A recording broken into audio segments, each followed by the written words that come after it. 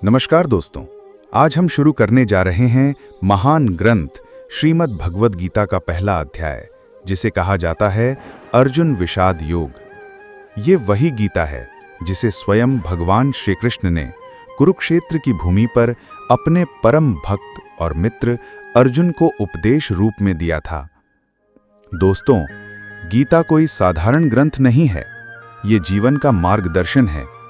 हर श्लोक में छिपा है धर्म, कर्म और आत्मज्ञान का अद्भुत संदेश। अध्याय 1 में हम देखते हैं अर्जुन की वो स्थिति जहां युद्ध भूमि में खड़े होकर वो अपने ही रिश्तेदारों, गुरुओं और मित्रों को सामने पाता है। करुणा और मोह से भरकर उसका हृदय दुविधा में पड़ जाता है, और यही दुविधा हमें यह सिखाती है कि जीवन में जब संकट और उलझनें सामने आती हैं, तब हमें क्या करना चाहिए। तो आइए दोस्तों, शुरू करते हैं अध्याय 1 अर्जुन विषाद योग, श्लोक दर श्लोक अर्थ और भावार्थ के साथ। धृतराष्ट्र उवाच धर्मक्षेत्रे कुरुक्षेत्रे समवेतायुयुत्सवः मामकाः पांडवाश्चैव किमकुर्वत संजय। धृतराष्ट्र ने कहा, हे संजय, धर्म भूमि कुरुक्षेत्र में युद्ध की इच्छा से एकत्र हुए मेरे पुत्र और पांडु के पुत्रों ने क्या किया। गीता का ये पहला श्लोक अत्यंत महत्वपूर्ण है, क्योंकि यहीं से पूरा संवाद आरंभ होता है। धृतराष्ट्र, जो कि हस्तिनापुर के राजा हैं, जन्म से अंधे हैं। अंधत्व केवल उनकी आंखों का ही नहीं, बल्कि उनके भीतर की दृष्टि का भी प्रतीक है। वे जानते हैं कि उनके पुत्रों ने अन्याय और अधर्म का मार्ग अपनाया है, परंतु मोहवश वे उन्हें ही अपना मानते हैं और पांडवों को पराया समझते हैं। इसी कारण वे कहते हैं मामकाः पांडवाः, अर्थात मेरे पुत्र और पांडु के पुत्र। इस छोटे से भेद से ही उनकी मानसिकता स्पष्ट हो जाती है कि वे पांडवों को कभी भी अपने नहीं मानते। कुरुक्षेत्र को यहाँ धर्म क्षेत्र कहा गया है, क्योंकि यह भूमि केवल युद्ध की नहीं, बल्कि धर्म की परीक्षा की भूमि है। यही वो स्थल है जहां ऋषियों ने तपस्या की, यज्ञ हुए और धर्म की जड़ें मजबूत हुईं। इस भूमि का स्वभाव ही ऐसा है कि यहां अधर्म की विजय संभव नहीं। यहां तो सत्य और धर्म ही अंततः विजयी होते हैं। धृतराष्ट्र के मन में यह भय था कि कहीं इस भूमि के प्रभाव से पांडवों के मन में करुणा न जाग उठे और वे युद्ध से पीछे न हट जाएं। इसलिए वे उत्सुक होकर संजय से पूछते हैं, हे संजय, बताओ तो सही, वहां क्या हुआ। ये प्रश्न केवल युद्ध की जिज्ञासा नहीं है, बल्कि उसके भीतर छिपा हुआ भय और असुरक्षा भी है। ये श्लोक हमें यह शिक्षा देता है कि जब मनुष्य मोह में डूब जाता है, तो वो सत्य और असत्य का विवेक खो बैठता है। संजय उवाच दृष्ट्वा तु पांडवानीकं व्यूढ़ं दुर्योधनस्तदा आचार्यमुपसंगम्य राजा वचनमब्रवीत। संजय बोले, उस समय पांडवों की सेना को व्यूहबद्ध देखकर राजा दुर्योधन आचार्य द्रोण के पास जाकर ये वचन बोला। संजय ने धृतराष्ट्र को उत्तर देते हुए युद्धभूमि का दृश्य प्रस्तुत किया। जैसे ही दोनों सेनाएं आमने सामने खड़ी हुईं, पांडवों की सेना का स्वरूप देखकर दुर्योधन का मन विचलित हो उठा। पांडवों की सेना बहुत ही सुव्यवस्थित और अनुशासित ढंग से व्यूहबद्ध की गई थी। ये देखकर दुर्योधन को यह आभास हुआ कि उसके सामने कोई साधारण सेना नहीं, बल्कि धर्म और न्याय के पक्ष की शक्ति खड़ी है। यद्यपि दुर्योधन अपने अहंकार और बाहरी साहस के कारण स्वयं को वीर और निडर दिखाता था, परंतु भीतर से उसके हृदय में भय और असुरक्षा का भाव भर गया था। इसी कारण वह तुरंत अपने गुरु द्रोणाचार्य के पास गया। द्रोणाचार्य उसके सेनापति भी थे और जीवन भर उसे शिक्षा देने वाले आचार्य भी। दुर्योधन जानता था कि युद्ध में सबसे अधिक विश्वास उसे द्रोण की शक्ति और उनके मार्गदर्शन से ही मिलेगा। परंतु यह भी सत्य है कि जब व्यक्ति भयभीत होता है, तो वह सबसे पहले उस व्यक्ति की शरण लेता है जिस पर उसे सबसे अधिक भरोसा हो। दुर्योधन का यह आचरण उसकी आंतरिक स्थिति का दर्पण है। बाहर से राजा और योद्धा, लेकिन भीतर से आशंकित और असुरक्षित। इस श्लोक से यह भी स्पष्ट होता है कि जब कोई व्यक्ति अधर्म के मार्ग पर खड़ा होता है, तब उसके मन की दृढ़ता डगमगाने लगती है, जबकि धर्म और सत्य के पक्ष में खड़ा व्यक्ति कम सेना होने पर भी निर्भीक और आत्मविश्वासी रहता है। पश्यताम पांडुपुत्राणाम आचार्य महतीम चमूम व्यूढ़ाम द्रुपदपुत्रेण तव शिष्येण धीमता। दुर्योधन ने कहा, हे आचार्य, पांडुपुत्रों की इस महान सेना को देखिए, जिसे आपके ही बुद्धिमान शिष्य द्रुपद पुत्र धृष्टद्युम्न ने बड़े कौशल से व्यूहबद्ध किया है। दुर्योधन ने अपने आचार्य द्रोणाचार्य से बात करते हुए सबसे पहले पांडवों की सेना की ओर इशारा किया और कहा, गुरुदेव देखिए, ये जो सेना आपके सामने खड़ी है, ये कोई साधारण सेना नहीं है। इसे बहुत ही चतुराई और कौशल के साथ सजाया और व्यवस्थित किया गया है, और इसे व्यवस्थित करने वाला और कोई नहीं बल्कि आपका ही शिष्य धृष्टद्युम्न है। ये बात कहते समय दुर्योधन के शब्दों में व्यंग्य और चुभन छिपी हुई थी। धृष्टद्युम्न राजा द्रुपद का पुत्र था, जिसे द्रोणाचार्य के ही शिष्यत्व में युद्ध कला की शिक्षा मिली थी। लेकिन नियति का खेल देखिए कि वही शिष्य अब अपने गुरु के विरुद्ध युद्ध भूमि में सेनापति बनकर खड़ा था। दुर्योधन को यह अवसर मिला कि वह अपने गुरु को यह याद दिला सके कि आपके शिष्य ने ही पांडवों की सेना का नेतृत्व संभाला है। ये वाक्य दुर्योधन की चालाकी को प्रकट करता है, क्योंकि वह आचार्य द्रोण के मन में एक प्रकार का द्वंद्व उत्पन्न करना चाहता था। वह चाहता था कि द्रोण आचार्य यह अनुभव करें कि उनका ही शिष्य उनके विरुद्ध युद्ध कर रहा है, और इस कारण वे पांडवों से नाराज हो जाएं और पूरे मन से कौरवों की ओर से युद्ध करें। यह भी ध्यान देने योग्य है कि धृष्टद्युम्न का जन्म ही द्रोणाचार्य को मारने के लिए हुआ था, और यही तथ्य दुर्योधन को अपने गुरु को यह याद दिलाने में और भी सशक्त बनाता है। यह श्लोक हमें यह समझाता है कि जब मनुष्य संकट में होता है, तब वह दूसरों के मनोविज्ञान का उपयोग अपने पक्ष में करने का प्रयास करता है। दुर्योधन के इस कथन से उसकी चतुराई तो प्रकट होती है, पर साथ ही उसका भय भी स्पष्ट झलकता है। अत्र शूरा महेश्वासा भीमार्जुन समायुधि युयुधानो विराटश्च द्रुपदश्च महारथः। इस सेना में अनेक वीर और महान धनुर्धर हैं, जो युद्ध में भीम और अर्जुन के समान पराक्रमी हैं। युयुधान, सात्यकी, विराट और महारथी द्रुपद। दुर्योधन अब अपने गुरु द्रोणाचार्य को पांडवों की सेना की शक्ति का परिचय देने लगता है। वह कहता है कि हे आचार्य, देखिए, यहाँ अनेक ऐसे योद्धा खड़े हैं जो भीम और अर्जुन के समान शूरवीर और धनुर्धर हैं। उनमें सबसे पहले वह युयुधान अर्थात सात्यकी का नाम लेता है। सात्यकी यादव कुल के वीर थे और श्री कृष्ण के शिष्य भी थे। वे अपने शौर्य और धर्मप्रियता के लिए प्रसिद्ध थे। इसके बाद दुर्योधन विराट का नाम लेता है, जो मत्स्य देश के राजा थे और जिनके यहाँ पांडवों ने अज्ञातवास बिताया था। विराट का साहस और शक्ति भी युद्धभूमि में किसी से कम नहीं थी। फिर वह द्रुपद का नाम लेता है, जो महारथी और पांचाल देश के राजा थे। द्रुपद कभी द्रोणाचार्य के मित्र हुआ करते थे, परंतु बाद में दोनों के बीच शत्रुता हो गई थी। यह तथ्य यहाँ और भी महत्वपूर्ण हो जाता है, क्योंकि दुर्योधन द्रोणाचार्य के सामने उन्हीं द्रुपद का नाम लेकर उनकी स्मृति को कुरेदता है। इस प्रकार दुर्योधन चाहता था कि द्रोणाचार्य को यह बार बार स्मरण रहे कि उनके पुराने शत्रु और उनके ही शिष्य पांडवों की ओर से युद्ध में सम्मिलित हैं, और इसलिए उन्हें कौरवों के पक्ष में पूर्ण निष्ठा से लड़ना चाहिए। दुर्योधन की यह शैली ये बताती है कि वह केवल सेना का परिचय नहीं दे रहा, बल्कि अपने शब्दों से आचार्य के मनोबल को भी प्रभावित करने की कोशिश कर रहा है।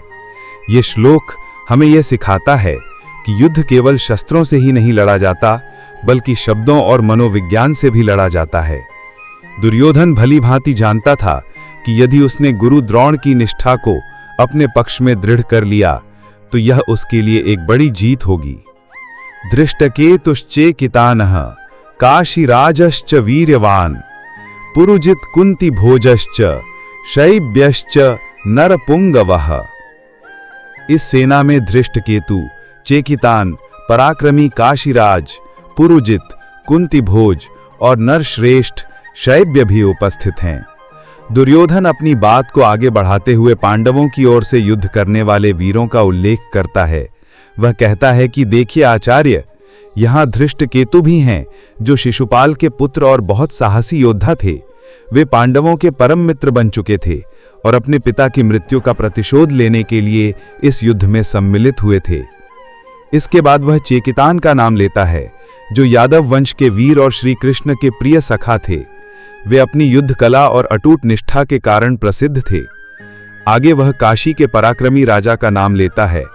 काशी नगरी का राजा अपनी वीरता और युद्ध कौशल के लिए विशेष प्रसिद्ध था और यही कारण है कि दुर्योधन उसके नाम का उल्लेख करता है। फिर वह पुरुजित और कुंती भोज का उल्लेख करता है, जो दोनों कुंती के भाई थे और इसलिए पांडवों के प्रति अत्यंत स्नेह और निष्ठा रखते थे। अंत में वह शैब्य का नाम लेता है, जिन्हें नरश्रेष्ठ कहा गया है। शैब्य अपने समय के महान धर्मनिष्ठ और शूरवीर राजा माने जाते थे।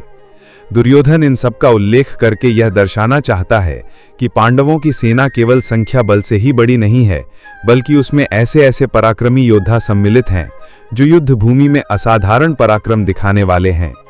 इस श्लोक में दुर्योधन की भाषा के भीतर भय की छाया और भी गहरी होती जाती है। बाहर से वह अपनी सेना और अपने बल को महान दिखाने का प्रयास करता है, लेकिन बार बार पांडवों के सेना नायकों की प्रशंसा करके यह स्पष्ट कर देता है कि उसके मन में पांडवों की शक्ति के प्रति कितनी आशंका है। यह हमें यह भी सिखाता है कि शत्रु को कमजोर मानकर उसे कभी भी हल्के में नहीं लेना चाहिए। युधामन्युश्च विक्रांतः उत्तमोजाश्च वीर्यवान सौभद्रो द्रौपदेयाश्च सर्वे एव महारथः। इस सेना में वीर युधामन्यु, पराक्रमी उत्तमौजा, अभिमन्यु, सुभद्रा पुत्र और द्रौपदी के पांचों पुत्र भी हैं। ये सब के सब महारथी हैं। दुर्योधन पांडवों की ओर से युद्ध करने वाले वीरों का परिचय देते हुए आगे कहता है कि यहाँ युधामन्यु और उत्तमौजा भी उपस्थित हैं। ये दोनों वीर पांचाल देश के थे और द्रुपद के सेनापति थे। इनका पराक्रम और वीरता समस्त भारतवर्ष में प्रसिद्ध की। युधामन्यु अपनी दृढ़ता और अडिग साहस के लिए जाने जाते थे, जबकि उत्तमौजा अपने शौर्य और अद्भुत पराक्रम के कारण विख्यात थे। इसके बाद दुर्योधन का ध्यान अभिमन्यु पर जाता है, जो सुभद्रा और अर्जुन के पुत्र थे। अभिमन्यु का नाम आते ही हर किसी के मन में अद्वितीय वीरता और बलिदान का स्मरण होता है। वह मात्र 16 वर्ष का युवा था, लेकिन उसकी युद्ध कला और आत्मविश्वास किसी महान योद्धा से कम नहीं थे। वह चक्रव्यूह भेदने की कला जानता था और इसी कारण कुरुक्षेत्र के युद्ध में उसकी भूमिका अत्यंत महत्वपूर्ण होने वाली थी। दुर्योधन ये जानता था कि अभिमन्यु केवल एक बालक नहीं, बल्कि पांडवों की सेना का एक ऐसा स्तंभ है जो युद्ध भूमि में बड़ा प्रभाव डाल सकता है। इसके बाद वह द्रौपदी के पांचों पुत्रों का उल्लेख करता है, जिन्हें द्रौपदेय कहा गया है। ये पांचों बालक पांडवों के पुत्र थे और अपने माता पिता के साहस और धर्मनिष्ठा के उत्तराधिकारी थे। यद्यपि उनकी आयु अधिक नहीं थी, लेकिन वे भी महारथियों की श्रेणी में गिने जाते थे। इस प्रकार दुर्योधन ने पांडवों की सेना में उपस्थित प्रत्येक योद्धा को देखकर अपने आचार्य के सामने उनकी गिनती करना शुरू कर दिया, मानो वह यह जताना चाहता हो कि शत्रु केवल संख्या में ही अधिक नहीं, बल्कि पराक्रम और कौशल में भी अद्वितीय हैं। वास्तव में यह उसका आंतरिक भय और मानसिक दबाव ही था, जो उसे बार बार शत्रु की शक्ति को गिनाने पर मजबूर कर रहा था। इस श्लोक से यह शिक्षा मिलती है कि जब किसी के पक्ष में धर्म और सत्य होता है, तो उसके साथ केवल बड़े योद्धा ही नहीं, बल्कि छोटी सी आयु के वीर भी महानता को प्राप्त कर लेते हैं। अस्माकं तु विशिष्टा ये तान निबोध द्विजोत्तमा नायका मम सैन्यस्य संज्ञार्थम तान ब्रवीमिते। हे द्विजोत्तम अर्थात ब्राह्मण श्रेष्ठ आचार्य द्रोण, अब आप हमारे पक्ष की सेना में जो प्रमुख और विशिष्ट योद्धा हैं, उन्हें जान लीजिए। अपनी सेना के नेताओं का परिचय मैं आपको देता हूं। अब तक दुर्योधन केवल पांडवों की सेना का वर्णन करता रहा था। उसने बार बार उनके पराक्रमी योद्धाओं का नाम गिनाए और इस प्रकार अनजाने ही उनकी शक्ति को स्वीकार किया। लेकिन अब उसे ये ख्याल आता है कि यदि वो लगातार शत्रु की शक्ति का बखान ही करता रहेगा, तो उसके अपने सैनिकों और आचार्य के मन में भी भय उत्पन्न हो सकता है। इसलिए वह तुरंत विषय बदलता है और कहता है कि हे आचार्य, अब आप मेरी सेना के भी महान योद्धाओं को ध्यान से सुनिए। मैं आपको उन नायकों के नाम बताता हूं जो मेरी ओर से युद्ध का नेतृत्व करेंगे। दुर्योधन ने यहाँ द्रोणाचार्य को द्विजोत्तम अर्थात ब्राह्मण श्रेष्ठ कहकर संबोधित किया। ये शब्द केवल सम्मान दिखाने के लिए नहीं था, बल्कि इसके पीछे उसकी राजनीति भी छिपी थी। दुर्योधन जानता था कि उसके मन की चिंता को शांत करने के लिए उसे अपने गुरु का पूरा सहयोग चाहिए।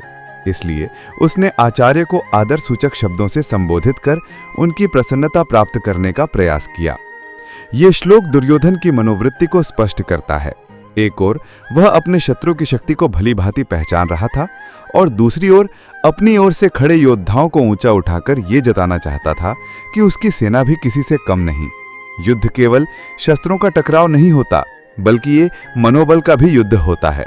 यही कारण है कि दुर्योधन अपनी सेना की प्रमुखता गिनाकर स्वयं को और अपनी ओर के योद्धाओं को मानसिक शक्ति प्रदान करना चाहता है। इस श्लोक से हमें ये शिक्षा मिलती है कि संकट के समय में केवल शत्रु की शक्ति को देखकर भयभीत नहीं होना चाहिए, बल्कि अपनी सामर्थ्य और अपने सहयोगियों की शक्ति को भी याद करके आत्मविश्वास को दृढ़ करना चाहिए। भवान भीष्मश्च कर्णश्च कृपश्च समितिञ्जयः अश्वत्थामा विकर्णश्च सोमदत्तिस्तथैव च। इस सेना में आप अर्थात द्रोणाचार्य, भीष्म, कर्ण, युद्ध में सदैव विजयी कृपाचार्य, अश्वत्थामा, विकर्ण और सोमदत्त का पुत्र भी उपस्थित हैं। दुर्योधन अब अपनी सेना के महत्वपूर्ण योद्धाओं की गिनती करना शुरू करता है। सबसे पहले वह आचार्य द्रोण का ही नाम लेता है। आप, यह संबोधन अपने आप में बहुत कुछ कह देता है।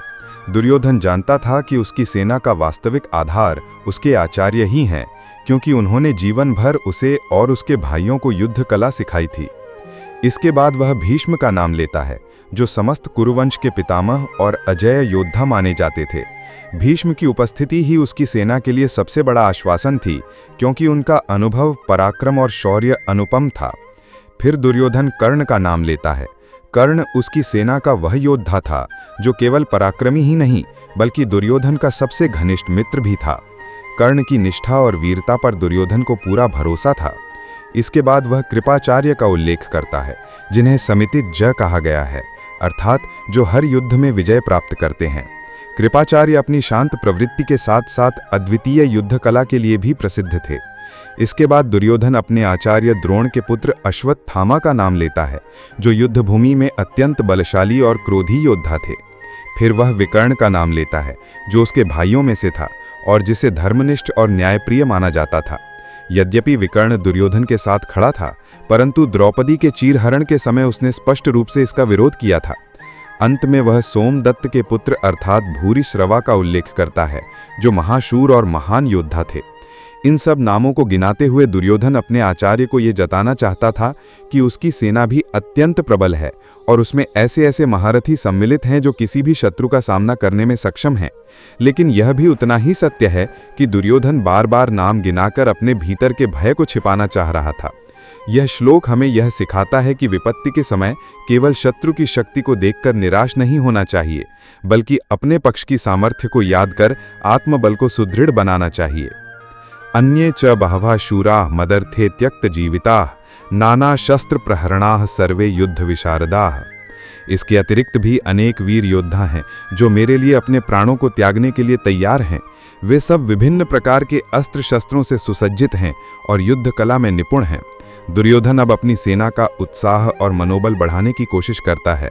वह कहता है कि आचार्य, जिन योद्धाओं के नाम मैंने अभी तक बताए, उनके अतिरिक्त भी असंख्य ऐसे शूरवीर मेरी ओर से खड़े हैं जो मेरे लिए अपनी जान की बाजी लगाने को तैयार हैं। यह कथन उसके गर्व को तो दर्शाता ही है, लेकिन इसके पीछे उसकी असुरक्षा भी छिपी हुई है, क्योंकि केवल वही व्यक्ति बार बार दूसरों की निष्ठा पर जोर देता है जिसे भीतर से अपनी स्थिति पर संदेह होता है। दुर्योधन जानता था कि उसके पुत्रों और कौरवों के अन्य योद्धाओं का मन केवल उसके प्रति मोह या राजसत्ता के लोभ से जुड़ा है, धर्म और न्याय के आधार पर नहीं। फिर भी वह उन्हें यह दिखाने का प्रयास करता है कि देखो, सब मेरे लिए अपने प्राण अर्पित करने को तैयार हैं। यहाँ उसने उनकी विशेषता भी गिनाई कि वे सभी विभिन्न अस्त्र शस्त्रों से सज्जित हैं और युद्ध कला में निपुण हैं, अर्थात उसकी सेना में केवल बड़ी संख्या ही नहीं, बल्कि विविधता और कौशल भी है। यह कथन उसके आत्मविश्वास का प्रदर्शन है, परंतु भीतर ही भीतर उसे यह भी ज्ञात था कि पांडवों की ओर से जो योद्धा खड़े हैं वे धर्म और सच्चाई के लिए लड़ रहे हैं। जबकि उसकी ओर के योद्धा केवल उसके लिए और राजसत्ता के लिए लड़ रहे हैं। धर्म की शक्ति और व्यक्तिगत स्वार्थ में यही मूलभूत अंतर है। यही कारण है कि वह बार बार अपने योद्धाओं की संख्या और उनके शौर्य की दुहाई देता है, मानो अपने मन में उठ रहे भय को ढकने का प्रयास कर रहा हो। यह श्लोक हमें यह संदेश देता है कि बाहरी सज्जा और शस्त्रों का वैभव चाहे कितना भी क्यों न हो, यदि किसी सेना के पीछे धर्म और सत्य का आधार न हो तो उसकी शक्ति स्थायी नहीं रहती। अपर्याप्तम तदस्माकं बलम भीष्माभिरक्षितम पर्याप्तम त्विदमेतेषां बलम भीमाभिरक्षितम। हमारी सेना जिसका रक्षण पितामह भीष्म कर रहे हैं असीम अर्थात अपर्याप्त है, जबकि पांडवों की सेना जिसका रक्षण भीम कर रहा है सीमित अर्थात पर्याप्त है। यहाँ दुर्योधन अपने सैनिकों और आचार्य के सामने अपनी सेना की महानता को दिखाने का प्रयास करता है।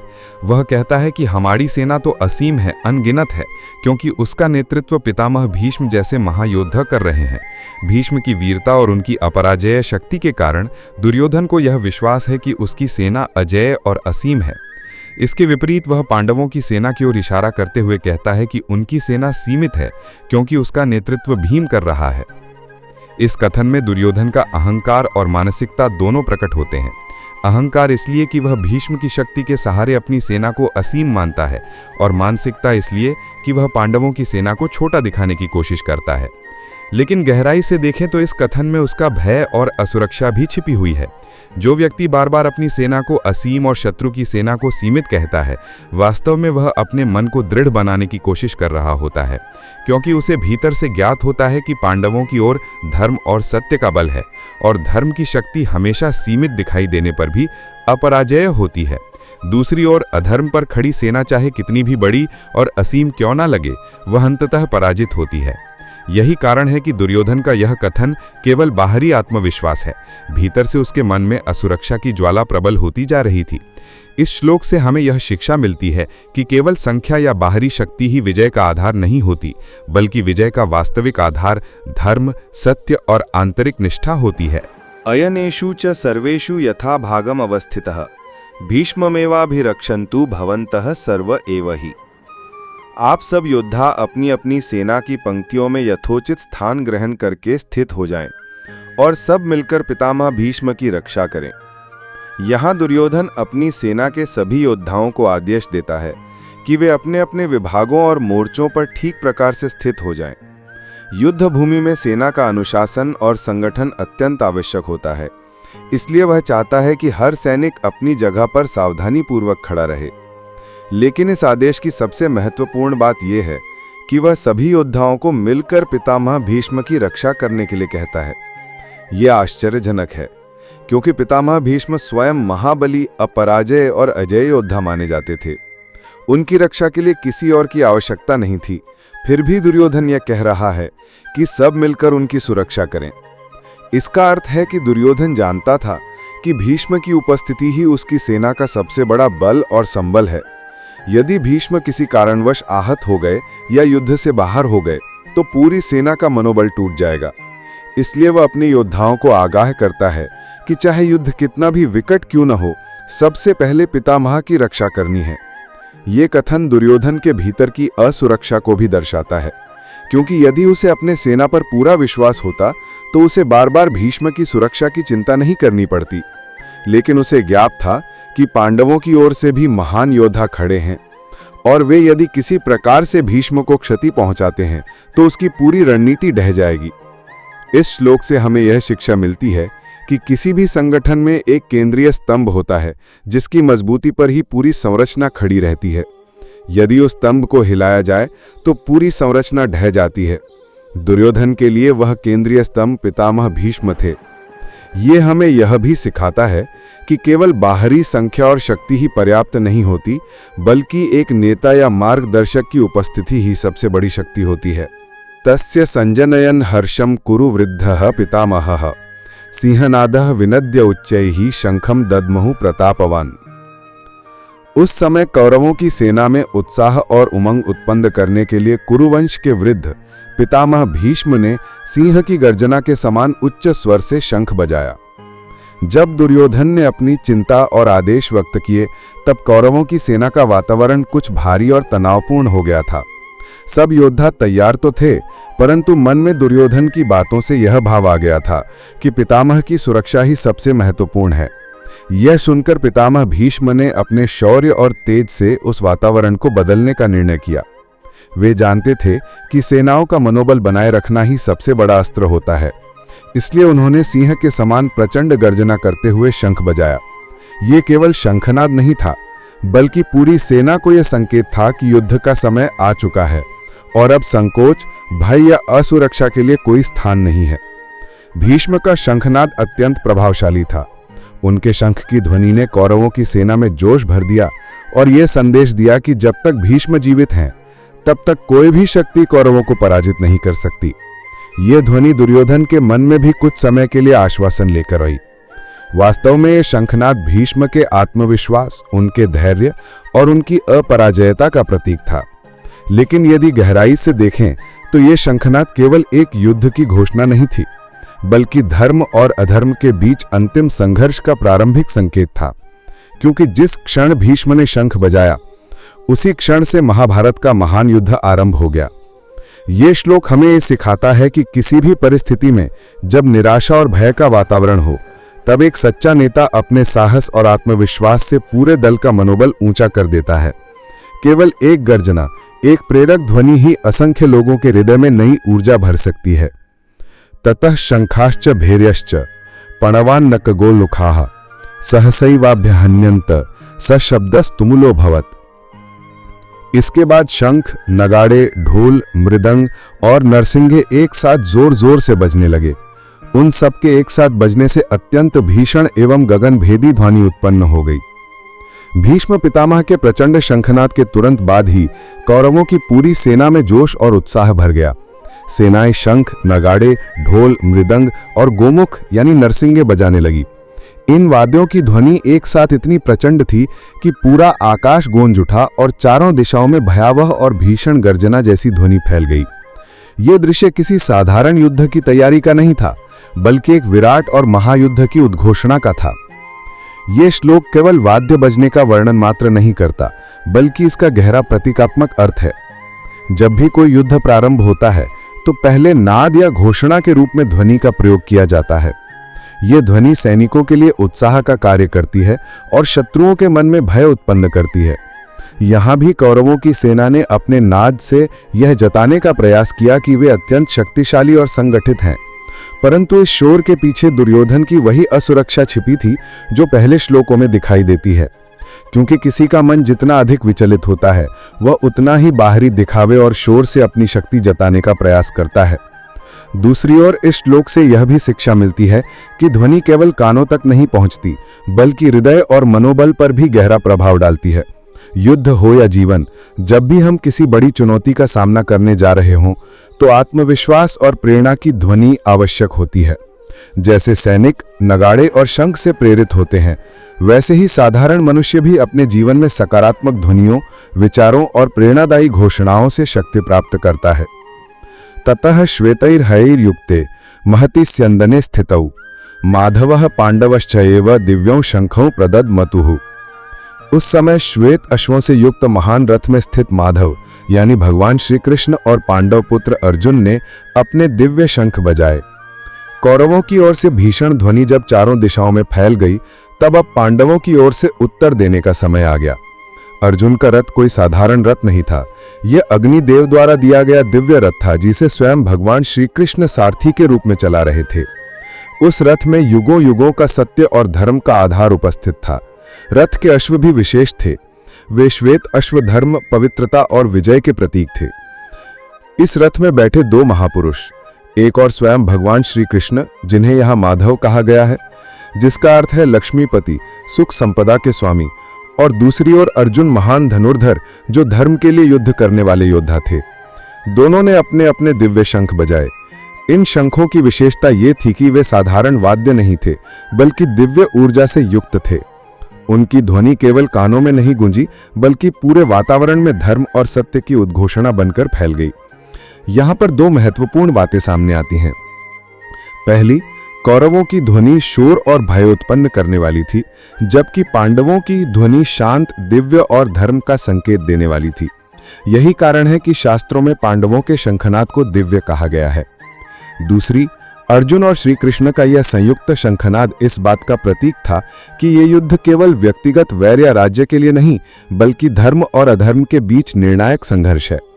यदि हम इसे जीवन के संदर्भ में देखें तो यह श्लोक हमें सिखाता है कि जब संसार में नकारात्मकता, अन्याय और शोरगुल छा जाए, तब सच्चे धर्मात्मा और ईश्वर के भक्त अपनी दिव्य ध्वनि से, अपने सत्य और अपने आत्मविश्वास से उसका उत्तर देते हैं। यह शंखनाद हमें बताता है कि हमारे जीवन में चाहे कितनी भी चुनौतियां क्यों न हो, जब हमारे साथ सत्य, धर्म और ईश्वर का साथ हो तो हमारी आवाज स्वयं दिव्यता बनकर गूंजती है। पांचजन्यम ऋषिकेशो देवदत्तम धनंजयः पौंड्रम दधमो महाशंखम भीमकर्मा वृकोदरः। ऋषिकेश अर्थात श्री कृष्ण ने पांचजन्य नामक शंख बजाया, धनंजय अर्थात अर्जुन ने देवदत्त शंख बजाया और भीमकर्मा वृकोदर भीम ने प्रचंड गर्जना करने वाला महान शंख पौंड्र बजाया। इस श्लोक में पांडवों के विशेष शंखनाद का वर्णन है। सबसे पहले ऋषिकेश भगवान श्री कृष्ण का उल्लेख आता है। श्री कृष्ण ने पांचजन्य शंख बजाया। ये शंख असाधारण था और इसका नाम पांचजन्य इस कारण पड़ा क्योंकि ये समुद्र से प्राप्त हुआ था और भगवान ने असुर पांचजन को मारकर इसे धारण किया था। इसका नाद दिव्यता और धर्म की घोषणा था। जब ये शंख गूंजता तो पूरे वातावरण में एक अलौकिक ऊर्जा और शांति का संचार होता।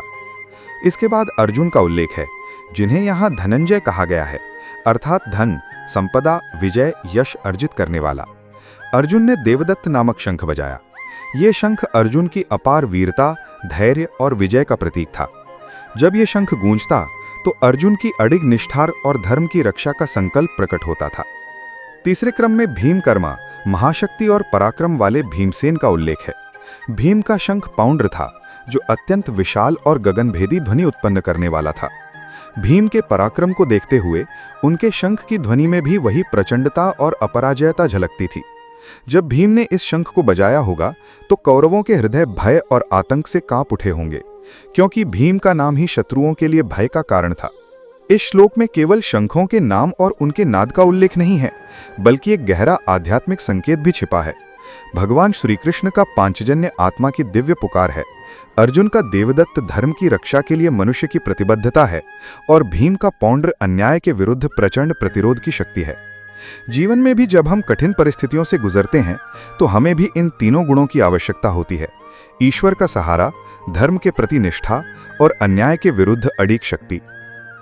अनंत विजयम राजा कुंती पुत्रो युधिष्ठिरः नकुलः सह देवश्च सुघोषमणि पुष्पकौ। कुंती पुत्र राजा युधिष्ठिर ने अनंत विजय नामक शंख बजाया।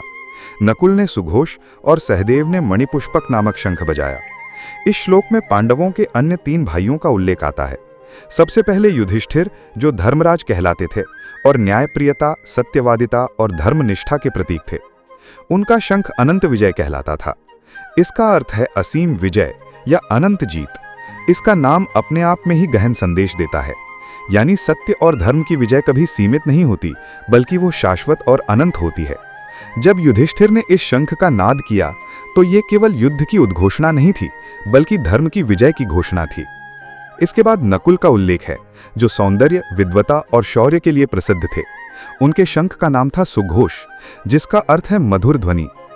नकुल के शंख का स्वर न केवल कानों को आनंदित करता था, बल्कि वो आत्मा को भी शांति प्रदान करता था। इससे ये संकेत मिलता है कि युद्ध केवल बल और क्रोध से ही नहीं जीता जाता, बल्कि सामंजस्य और मधुरता का भाव भी उसमें आवश्यक है। नकुल का शंख हमें यह सिखाता है कि जीवन के संघर्षों में भी मधुरता और संयम बनाए रखना चाहिए। फिर सहदेव का उल्लेख है, जो ज्योतिष और नीति शास्त्र के ज्ञाता थे और अपार बुद्धि के धनी थे। उनके शंख का नाम था मणिपुष्पक। इसका अर्थ है रत्नों और पुष्पों से अलंकृत। सहदेव का शंख ज्ञान, सौंदर्य और संतुलन का प्रतीक था। यह हमें सिखाता है कि धर्म की रक्षा में केवल पराक्रम ही नहीं, बल्कि विवेक और बुद्धि भी उतनी ही महत्वपूर्ण है। यदि हम इस श्लोक को जीवन में लागू करें तो ये हमें 3 विशेष शिक्षाएं देता है। धर्मराज युधिष्ठिर का अनंत विजय हमें याद दिलाता है कि सत्य और धर्म की विजय निश्चित है। नकुल का सुघोष हमें जीवन में मधुरता और शांति बनाए रखने की प्रेरणा देता है, और सहदेव का मणिपुष्पक हमें बताता है कि हर संघर्ष में ज्ञान और विवेक का साथ अत्यावश्यक है। काश्यश्च परमेश्वासः शिखंडी च महारथः धृष्टद्युम्नः विराटश्च सात्यकी च पराजितः।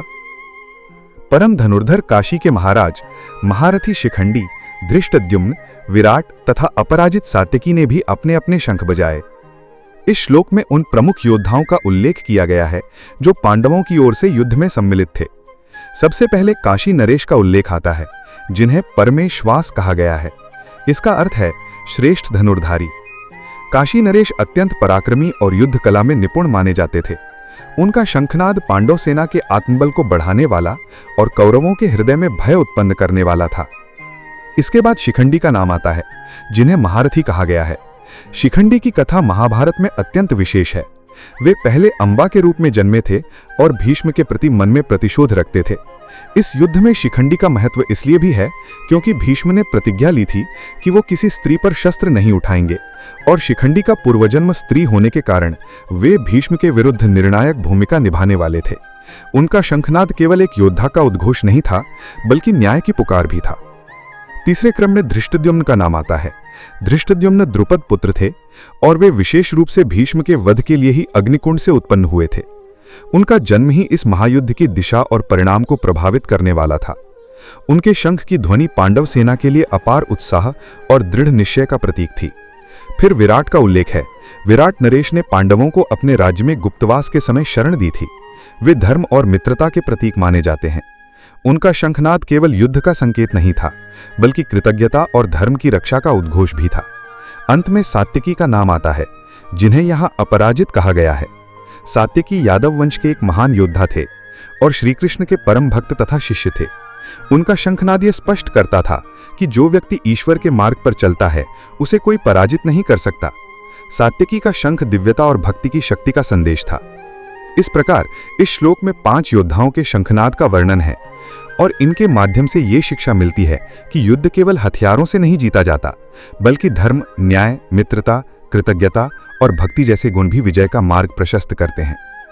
द्रुपदो द्रौपदेयाश्च सर्वशः पृथ्वीपते सौभद्रश्च महाबाहुः शंखान दधमुः पृथक पृथक।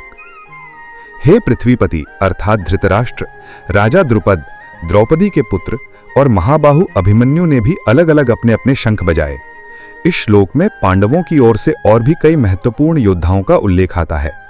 सबसे पहले द्रुपद का नाम है, जो पांचाल देश के राजा थे और धृष्टद्युम्न और द्रौपदी के पिता थे। द्रुपद का शंखनाद न केवल पांडवों की शक्ति का प्रतीक था, बल्कि ये उस प्रतिशोध की ध्वनि भी थी जो उन्होंने द्रोणाचार्य के साथ अपनी पुरानी शत्रुता और पुत्र धृष्टद्युम्न की जन्म कथा में देखा था। द्रुपद का शंख युद्ध भूमि में इस बात का संकेत था कि अब अधर्म का विनाश निश्चित है। इसके बाद द्रौपदी के 5 पुत्रों का उल्लेख आता है, जिन्हें उपपांडव कहा जाता है। ये पांचों युधिष्ठिर, भीम, अर्जुन, नकुल और सहदेव से उत्पन्न हुए थे और महायुद्ध में अपने पिता पुत्र धर्म को निभाने के लिए उपस्थित हुए थे। इनके शंखनाद से पांडवों के कुल की अगली पीढ़ी की वीरता प्रकट होती है। यह ध्वनि बताती है कि धर्म की परंपरा केवल वर्तमान तक सीमित नहीं रहती, बल्कि वो पीढ़ी दर पीढ़ी जीवित रहती है। इसके बाद सौभद्र अर्थात अभिमन्यु का नाम आता है। अभिमन्यु अर्जुन और सुभद्रा के पुत्र थे और वे महाबाहु अर्थात महान बलशाली कहे गए हैं। वे युवा थे, उत्साही थे और युद्ध कला में अत्यंत निपुण थे। उनका शंखनाद ऊर्जा, जोश और अदम्य साहस का प्रतीक था। अभिमन्यु ने कम उम्र में ही जो पराक्रम दिखाया वो इतिहास में अमर है। विशेषकर उनका चक्रव्यूह में प्रवेश और शौर्य आज भी वीरता की मिसाल माना जाता है। ध्यान देने योग्य बात यह है कि इस श्लोक में वर्णित शंखनाद केवल युद्ध की औपचारिकता घोषणा नहीं था, बल्कि वो उस धर्म युद्ध की उद्घोषणा थी जिसमें हर योद्धा अपनी आस्था, पराक्रम और संकल्प लेकर खड़ा था। द्रुपद का शंख परंपरा और प्रतिशोध का, उपपांडवों का शंख धर्म की निरंतरता का और अभिमन्यु का शंख नई पीढ़ी की वीरता और बलिदान का प्रतीक था। इस प्रकार ये श्लोक हमें सिखाता है कि धर्म की रक्षा का दायित्व केवल बुजुर्गों या योद्धाओं पर नहीं होता, बल्कि परिवार की हर पीढ़ी, हर सदस्य को उसमें योगदान देना पड़ता है। यही कारण है कि पांडव सेना का शंखनाद केवल ध्वनि नहीं था, बल्कि एक ऐसी गूंज थी जिसने पूरे युद्ध का स्वरूप तय कर दिया। सघोषा धार्तराष्ट्राणाम हृदयानि व्यदारयत् नभश्च पृथ्वीं चैव तुमुलो व्यनुनादयन् उस भयंकर शंखध्वनि ने धृतराष्ट्र के पुत्रों अर्थात कौरवों के हृदयों को विदीर्ण कर दिया और वो गगन तथा पृथ्वी दोनों में गूंज उठी। ये श्लोक पांडवों की ओर से हुए संयुक्त शंखनाद की शक्ति और प्रभाव को प्रकट करता है।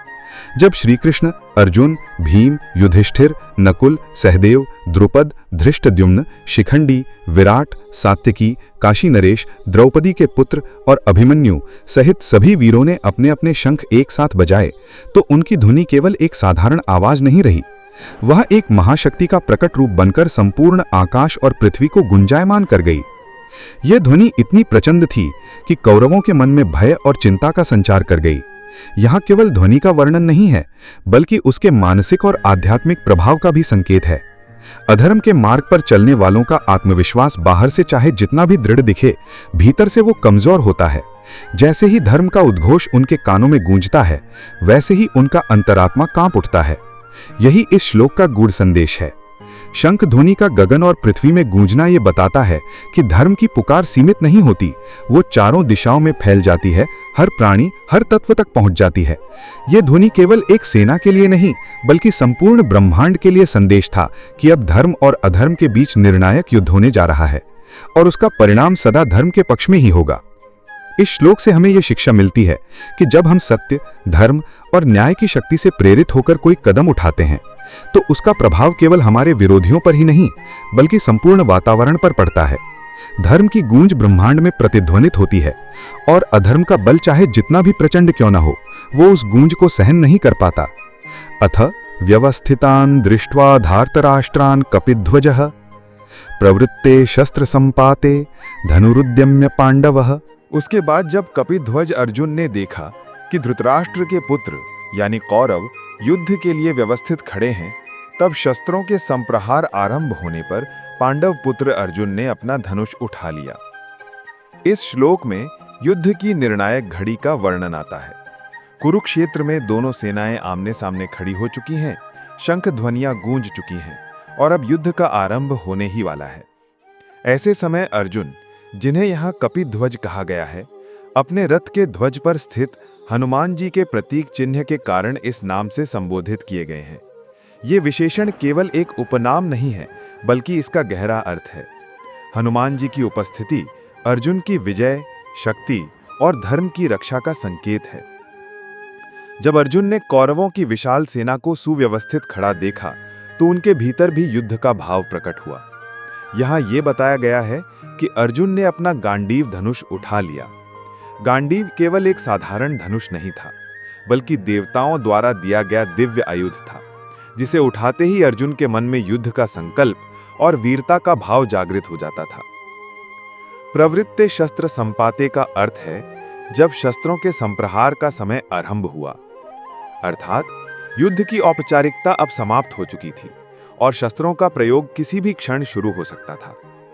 इस समय अर्जुन का धनुष उठाना यह दर्शाता है कि वे भी अब युद्ध में प्रवेश करने को तत्पर थे।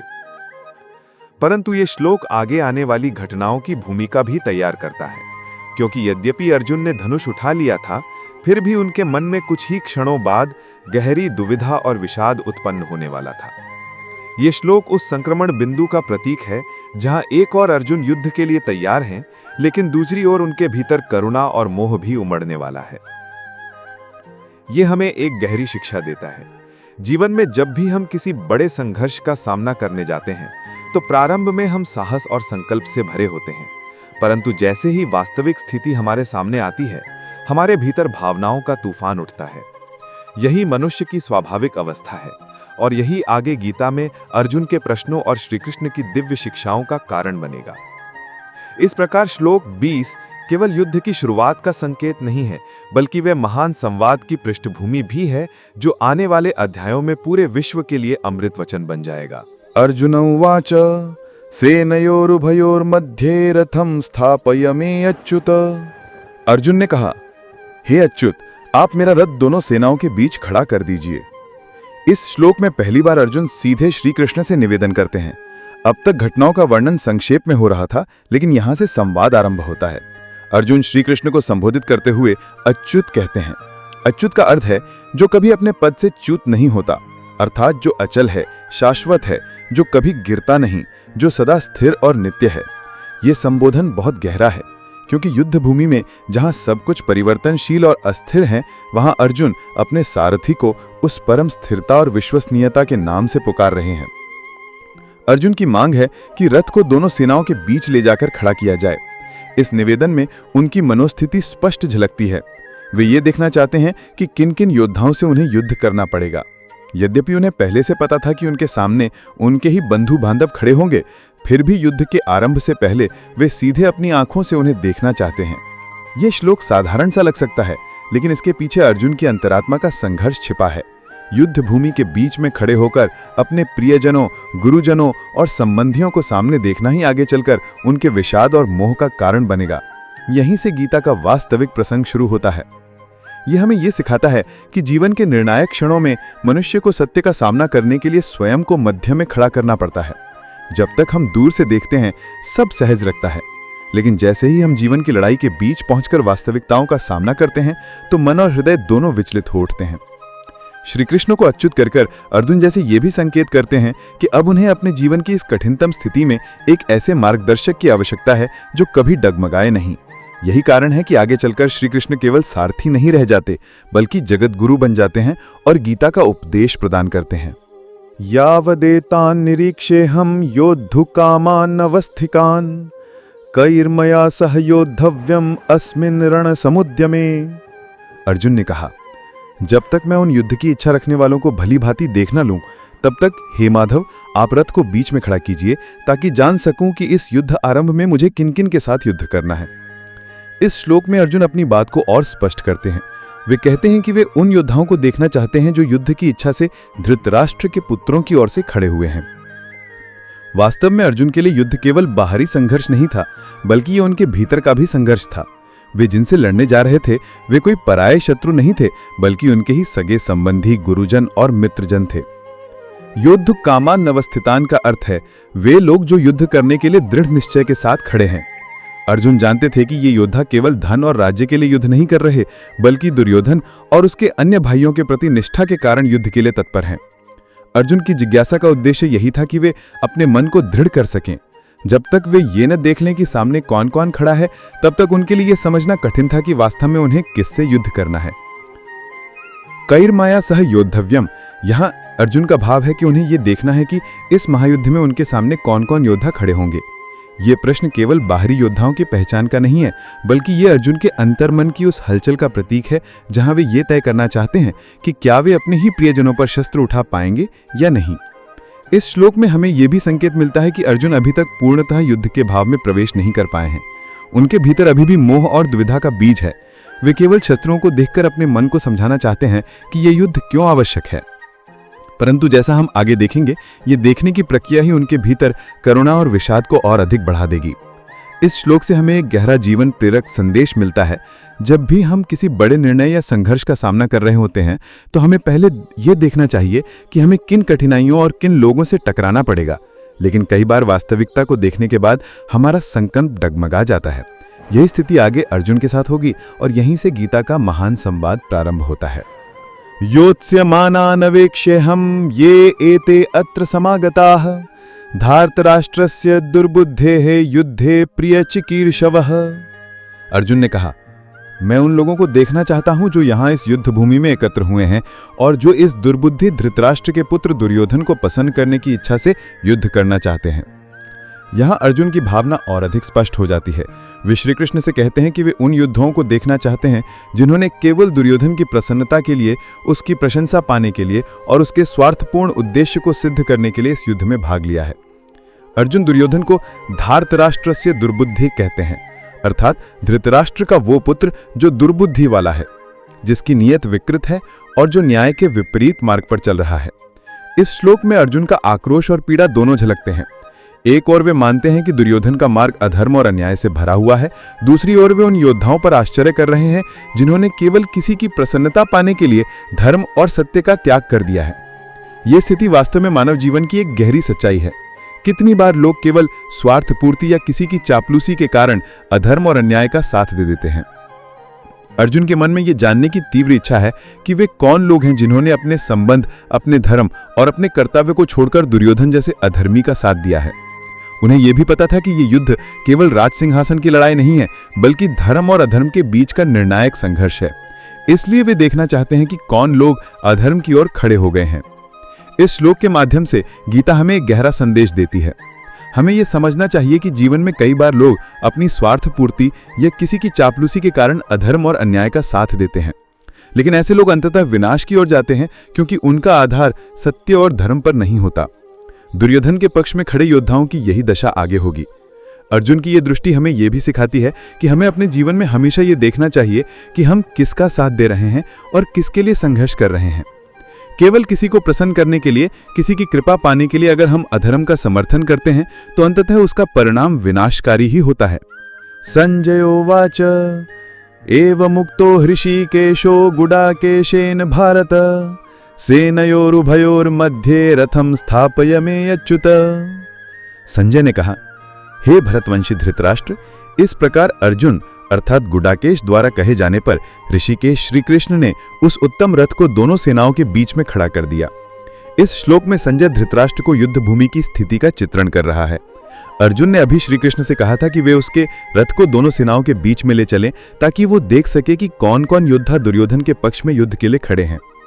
अर्जुन को गुडाकेश कहा गया है, जिसका अर्थ है नींद पर विजय पाने वाला, अर्थात जिसने आलस्य और तंद्रा पर नियंत्रण पा लिया हो। यहाँ ये विशेषण अर्जुन की मानसिक सामर्थ्य और वीरता को प्रकट करता है। श्री कृष्ण को ऋषिकेश कहा गया है, जिसका अर्थ है इंद्रियों के स्वामी। ये नाम ये दर्शाता है कि श्री कृष्ण केवल अर्जुन के सारथी नहीं हैं, बल्कि समस्त जीवों के मन और इंद्रियों को नियंत्रित करने वाले परमेश्वर हैं। जब अर्जुन ने अपनी इच्छा प्रकट की तो भगवान ने बिना किसी तर्क वितर्क के उसकी आज्ञा मान ली और रथ को ठीक दोनों सेनाओं के मध्य खड़ा कर दिया। यह दृश्य अत्यंत महत्वपूर्ण है। युद्ध भूमि में जहां दोनों ओर हजारों योद्धा शंख बजाकर युद्ध की घोषणा कर चुके थे, वहां अर्जुन का रथ बीचों बीच खड़ा किया गया। ये केवल युद्ध की दृष्टि से ही नहीं, बल्कि दार्शनिक दृष्टि से भी प्रतीकात्मक है। ये मध्य स्थिति इस बात का प्रतीक है कि जीवन में जब भी हमें किसी बड़े निर्णय का सामना करना पड़ता है तो हमें तटस्थ होकर दोनों पक्षों को देखना चाहिए। भगवान कृष्ण का यह कार्य यह भी दिखाता है कि वे अर्जुन की मानसिक स्थिति को समझते हैं और उसे धर्म की ओर ले जाने के लिए धीरे धीरे परिस्थिति को उसी के सामने उजागर कर रहे हैं।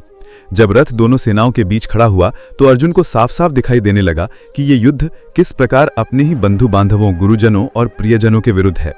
यही दृश्य अर्जुन के विषाद का कारण बनेगा और आगे चलकर गीता का उपदेश आरंभ होगा। इस श्लोक से हमें यह शिक्षा मिलती है कि जब भी हम किसी कठिन परिस्थिति का सामना कर रहे हों तो हमें अपनी दृष्टि को स्पष्ट करना चाहिए, जीवन के दोनों पक्षों को बीच में खड़े होकर देखना चाहिए, तभी हम सही निर्णय ले पाएंगे। भीष्मद्रोण प्रमुखतः सर्वेषां च महीक्षिताम् उवाच पार्थ पश्यैतान् समवेतान् कुरुनिति। उस समय भगवान श्री कृष्ण ने अर्जुन का रथ भीष्म, द्रोणाचार्य और अन्य महान राजाओं के सामने खड़ा करके कहा, हे पार्थ, देखो तो सही यहाँ इकट्ठे हुए कुरुवंशी। इस श्लोक में भगवान श्री कृष्ण अर्जुन से कहते हैं कि हे अर्जुन, तुम इस रणभूमि को देखो। यहाँ दोनों ओर के योद्धा, रिश्तेदार, गुरुजन और अपने अपने कर्तव्य के लिए एकत्र हुए हैं। ये क्षण बहुत महत्वपूर्ण है क्योंकि यही वो मोड़ है जब अर्जुन युद्ध भूमि में अपने शत्रुओं के रूप में खड़े हुए अपने गुरु, बंधु बांधवों और प्रियजनों को देखता है।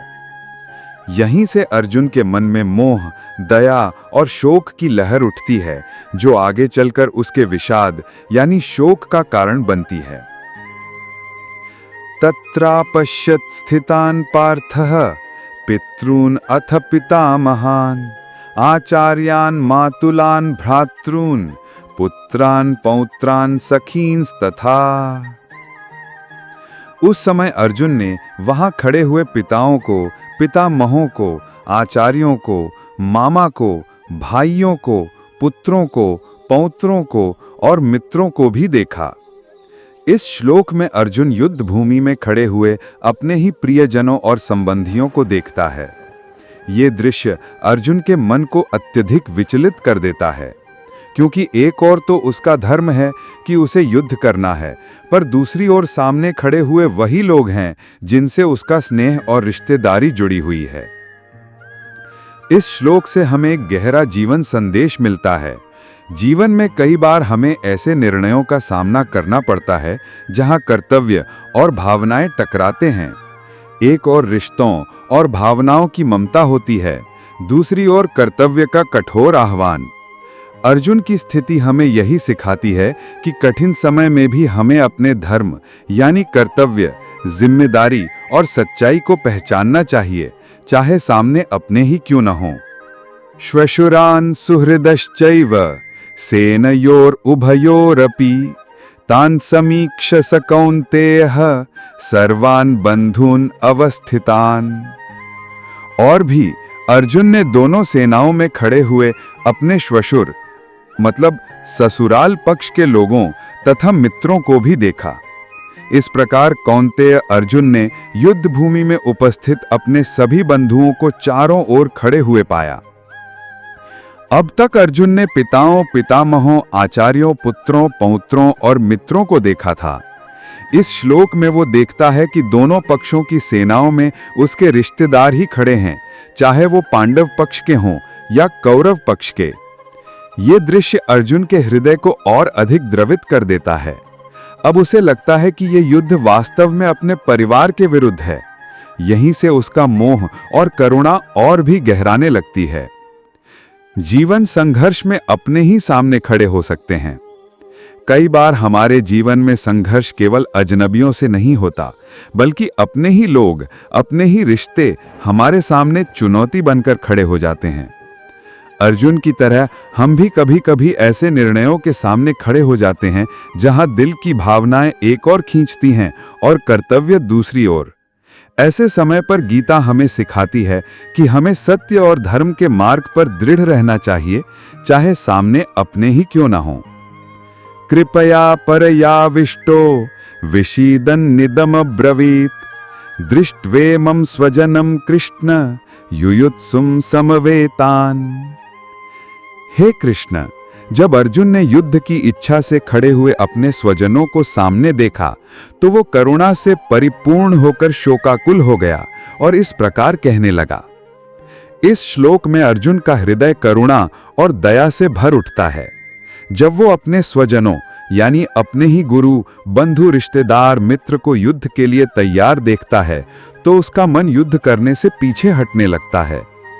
ये क्षण अत्यंत मानवीय है, क्योंकि चाहे कोई भी योद्धा क्यों ना हो, जब उसे अपने ही प्रियजनों के विरुद्ध खड़ा होना पड़ता है तो स्वाभाविक रूप से हृदय द्रवित हो जाता है। इस श्लोक से हमें ये 3 शिक्षा मिलती हैं। नंबर 1, मानवता की करुणा स्वाभाविक है। जब हम अपने प्रियजनों को संकट में देखते हैं तो दया और करुणा स्वाभाविक रूप से जाग उठती है। नंबर 2, कर्तव्य कठिन होता है। जीवन में कई बार हमें ऐसे फैसले लेने पड़ते हैं जहां सही काम करने के लिए हमें अपनी भावनाओं पर विजय पानी पड़ती है। नंबर 3, मन का द्वंद्व। अर्जुन का ये द्वंद्व हर इंसान के जीवन में आता है।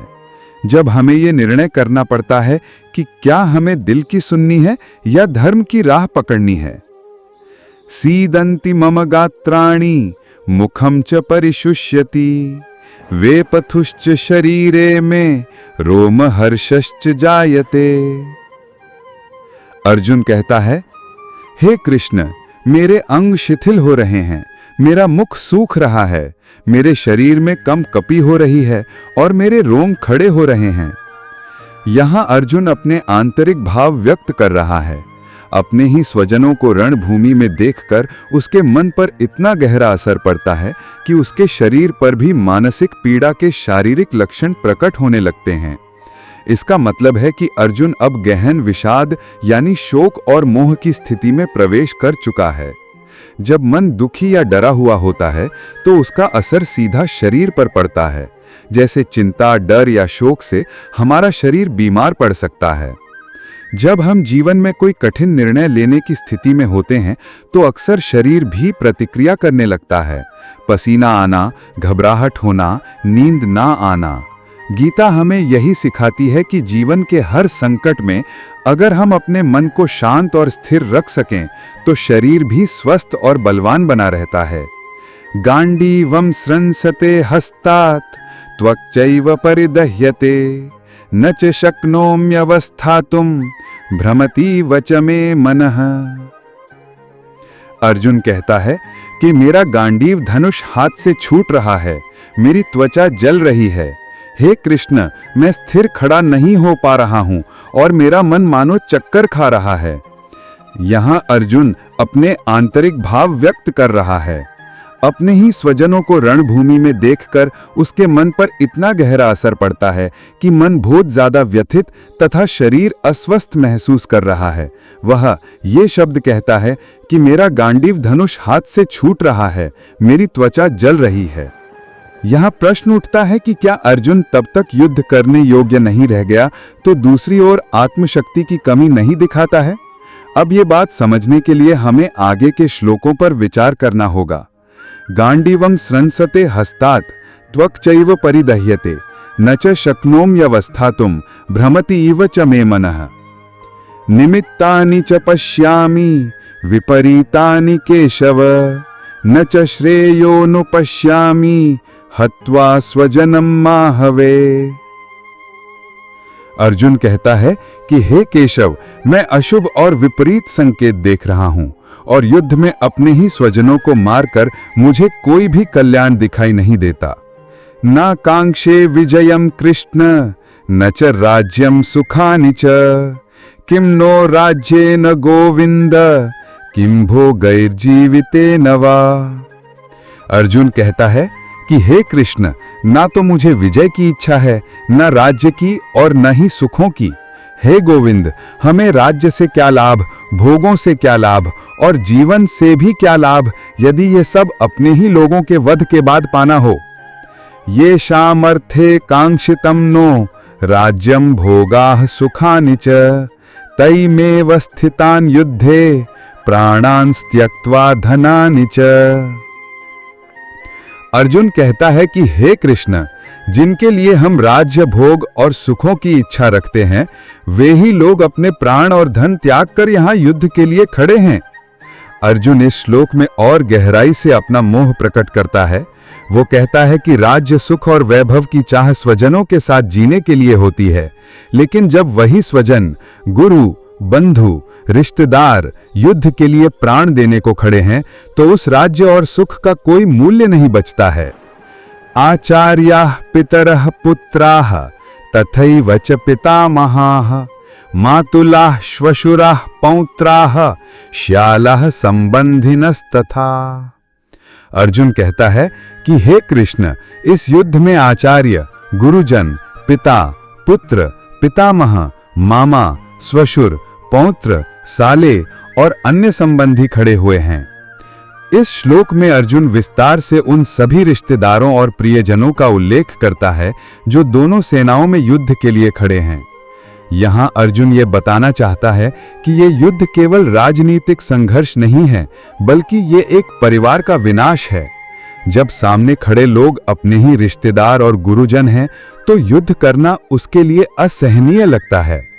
यही कारण है कि अर्जुन के भीतर करुणा और मोह की भावनाएं और अधिक प्रबल होती जा रही हैं। एतान्न हन्तुमिच्छामि घ्नतोपि मधुसूदना अपि त्रैलोक्य राज्यस्य हेतोः किं नु मही कृते। अर्जुन कहता है कि मैं इन स्वजनों को मारना नहीं चाहता, चाहे ये मुझे ही क्यों ना मार डालें। तीनों लोकों के राज्य के लिए भी मैं इन्हें नहीं मार सकता, फिर केवल पृथ्वी के राज्य के लिए तो और भी नहीं। अर्जुन अपने मोह और करुणा को और स्पष्ट करता है। वह कहता है कि संपूर्ण त्रैलोक्य का राज्य भी मुझे प्रियजनों के वध के बदले स्वीकार नहीं है, तो केवल पृथ्वी का राज्य पाने के लिए तो युद्ध करना और भी निरर्थक है। निहत्य धार्त्र राष्ट्रान्नः का प्रीतिः स्यात् जनार्दन पापमेव आश्रयेदस्मान् हत्वैतात तायिनः। हे जनार्दन, धृतराष्ट्र के पुत्रों को मारकर हमें कैसी प्रसन्नता मिलेगी? उल्टा इन आततई अर्थात दुर्जनों को मारने से हम पर पाप ही चढ़ेगा। भले ही कौरव लोग आततई अर्थात अन्याय करने वाले अधर्म में लिप्त हों, लेकिन उन्हें मारकर भी हमें कोई आनंद या संतोष नहीं मिलेगा, बल्कि उनके वध से हमें पाप ही लगेगा। अर्जुन का मोह और करुणा का शिखर है, क्योंकि गीता के अनुसार आततय का नाश करना पाप नहीं माना जाता, बल्कि धर्म की रक्षा के लिए आवश्यक होता है। तस्मान्नार्हा वयम हन्तुम धार्तराष्ट्रान् स्वबान्धवान् स्वजनम हि कथम हत्वा सुखिनः स्याम माधवः। इसलिए हे माधव, हमें धृतराष्ट्र के पुत्रों, जो हमारे अपने ही बंधु बांधव हैं, को मारना उचित नहीं है। स्वजन को मारकर हम सुखी कैसे हो सकते हैं? यहाँ अर्जुन अपने मोह और दया को अंतिम रूप से प्रकट करता है। उसका तर्क है कि अपने ही परिवार और बंधुओं का वध करके सुख नहीं पाया जा सकता, इसलिए युद्ध करना उसे अनुचित लगता है। यहाँ से अर्जुन का विषाद शोक चरम पर पहुंचता है। वह धर्म और कर्तव्य को भूलकर केवल रिश्तों और ममता के कारण विचलित हो गया है। यद्यपि एते न पश्यन्ति लोभोपहत चेतसः कुलक्षय कृतं दोषम मित्रद्रोहे च पातकम। यद्यपि ये यानी धृतराष्ट्र के पुत्र, जिनकी बुद्धि लोभ से भ्रष्ट हो गई है, कुल नाश से होने वाले दोष और मित्रों से वैर करने के पाप को नहीं देख रहे हैं। अर्जुन मानता है कि कौरव पक्ष की बुद्धि लोभ और स्वार्थ से ढकी हुई है, इसलिए वे कुल नाश यानी वंश के विनाश और मित्रों से शत्रुता करने के पाप को नहीं समझ पा रहे हैं। लेकिन अर्जुन स्वयं यह मानता है कि इन कर्मों के दुष्परिणाम अत्यंत भयानक हैं। कथम न ज्ञेयम अस्माभिः पापादस्मान् निवर्तितुम कुलक्षय कृतं दोषम प्रपश्यद्भिर्जनार्दन। हे जनार्दन, जब हम लोग स्पष्ट रूप से कुलनाश से उत्पन्न होने वाले दोष को जानते हैं, तो हमें इस पाप से क्यों नहीं बचना चाहिए? यहां अर्जुन कहता है कि कौरव लोभ से अंधे हैं, इसलिए उन्हें समझ नहीं आ रहा। लेकिन हम तो जानते हैं कि कुलनाश एक बड़ा पाप है, इसलिए हमें इस पाप से बचना चाहिए और युद्ध नहीं करना चाहिए। कुलक्षये प्रणश्यन्ति कुलधर्माः सनातनाः धर्मे नष्टे कुलम कृत्स्तम अधर्मोऽभिभवत्युत। कुल के नाश होने पर उस कुल के सनातन धर्म यानी परंपराएं, सद्गुण, संस्कार नष्ट हो जाते हैं, और जब धर्म नष्ट हो जाता है तब पूरे कुल पर अधर्म का प्रबल प्रभाव पड़ता है। अर्जुन यहां बताता है कि यदि युद्ध में कुल का विनाश हुआ तो कुल धर्म यानी परिवार की परंपराएं, संस्कार, मर्यादाएं भी समाप्त हो जाएंगी। जब धर्म नष्ट होगा तो परिवार और समाज पर अधर्म यानी अन्याय, अनैतिकता और अव्यवस्था हावी हो जाएगा। अधर्माभिभवात् कृष्णा प्रदुष्यन्ति कुलस्त्रियः स्त्रीषु दुष्टासु वार्ष्णेय जायते वर्ण संकरः। हे कृष्ण, जब किसी कुल में अधर्म बढ़ता है तो उस कुल की स्त्रियां दूषित यानी चरित्र से भ्रष्ट हो जाती हैं, और जब स्त्रियां दूषित होती हैं तो वर्ण संकर यानी अवांछित संतान, समाज में अव्यवस्था उत्पन्न होती है। अर्जुन का कहना है कि कुल नाश का सबसे बड़ा दुष्परिणाम स्त्रियों पर पड़ता है। जब परिवार और धर्म की रक्षा नहीं होती तो स्त्रियों का सम्मान, मर्यादा और संस्कार टूटने लगते हैं। इसका परिणाम ये होता है कि अगली पीढ़ी में संस्कारहीनता और अव्यवस्था फैलती है, जिसे वो वर्ण संकर कहता है। परिवार और समाज में स्त्रियों का सम्मान व संरक्षण ही संस्कृति और धर्म की नींव है। अगर वो टूटेगा तो आने वाली पीढ़ियां अधर्म और अव्यवस्था की ओर बढ़ जाएंगी। संकरो नरकायैवा कुलघ्नानां कुलस्य च पतन्ति पितरो हेषां लुप्त पिंडोदक क्रियाः। वर्ण संकर यानी अवंचित संतान से कुलघाती और कुल स्वयं नरक में जाते हैं, क्योंकि उनके वंशज पिंड और जल यानी श्राद्ध आदि कर्म नहीं करते, जिससे उनके पितर यानी पूर्वज भी पतित हो जाते हैं। यहां अर्जुन ये मानता है कि जब परिवार टूटता है और धर्म नष्ट होता है तो आने वाली संतानें परंपरागत श्राद्ध और पितृ तर्पण जैसे कर्तव्य नहीं निभाती। इससे उनके पूर्वजों को भी शांति नहीं मिलती और वे पतन को प्राप्त होते हैं। यानी धर्म की हानि केवल वर्तमान पीढ़ी को ही नहीं, बल्कि पूर्वजों और आने वाली पीढ़ियों दोनों को प्रभावित करती है। धर्म और संस्कार पीढ़ियों को जोड़ने वाली कड़ी हैं। अगर वो टूट जाएं तो न केवल वर्तमान बल्कि अतीत और भविष्य तीनों पर विपरीत प्रभाव पड़ता है। दोषै रहिते हि कुलघ्नानां वर्ण संकर कारकैः उत्साद्यन्ते जाति धर्माः कुलधर्माश्च शाश्वताः। यहां अर्जुन ये कह रहा है कि युद्ध से जो कुल नाश और वर्ण संकर उत्पन्न होगा, उससे न केवल एक परिवार बल्कि पूरी जाति और समाज की धार्मिक परंपराएं समाप्त हो जाएंगी, अर्थात धर्म और संस्कृति की जड़ें हिल जाएंगी। धर्म, परंपरा और संस्कृति ही समाज को स्थिर और संगठित रखती हैं। अगर वो नष्ट होंगी तो न केवल एक पीढ़ी बल्कि पूरी सामाजिक संरचना डगमगा जाएगी। उत्सन्न कुल धर्माणाम मनुष्याणाम जनार्दना नरके अनियतम वासो भवति इत्यनुश्रुमः। हे जनार्दन, जिन मनुष्यों के कुल धर्म नष्ट हो जाते हैं, उनका निवास अनिश्चित काल तक नरक में होता है, ऐसा हमने सुना है। अर्जुन ये कह रहा है कि जब धर्म और संस्कार नष्ट हो जाते हैं तो केवल समाज और परिवार ही नहीं बल्कि व्यक्ति की आत्मा भी अधोगति को प्राप्त होती है। धर्म विहीन जीवन नरक समान होता है और मरने के बाद भी ऐसे लोगों को मुक्ति नहीं मिलती। ये श्लोक हमें यह संदेश देता है कि धर्म ही मनुष्य को ऊंचा उठाता है। धर्म विहीन जीवन चाहे भौतिक रूप से कितना भी समृद्ध क्यों ना हो, अंततः आत्मा को अधोगति यानी नरक की ओर ले जाता है। अहो बता महत् पापम कर्तुम व्यवसिता वयम यद्राज्य सुख लोभेन हंतुम स्वजनम उद्यताः। अर्जुन कहता है, हाय, हम बड़े भारी पाप को करने के लिए दृढ़ निश्चय कर बैठे हैं, क्योंकि राज्य और सुख के लोभ से अपने ही स्वजनों को मारने के लिए तैयार हो गए हैं। यहां अर्जुन अपने ही स्थिति पर विलाप करता है। उसे लगता है कि राज्य और सुख के मोह में वे सब यानी पांडव भी पाप के भागीदार बन रहे हैं। अपने ही स्वजनों का वध करना उसे अति घोर पाप प्रतीत होता है। लोभ और स्वार्थ इंसान को पाप की ओर ढकेल देते हैं। अगर मनुष्य केवल भौतिक सुख और सत्ता के लिए कार्य करेगा तो अंततः उसे आत्मग्लानि और पछतावे का सामना करना ही पड़ेगा। यदि माम अप्रतीकारम अशस्त्रम शस्त्रपाणयः धार्त्र राष्ट्र रणे हन्यो तन्मे क्षेमतरम भवेत।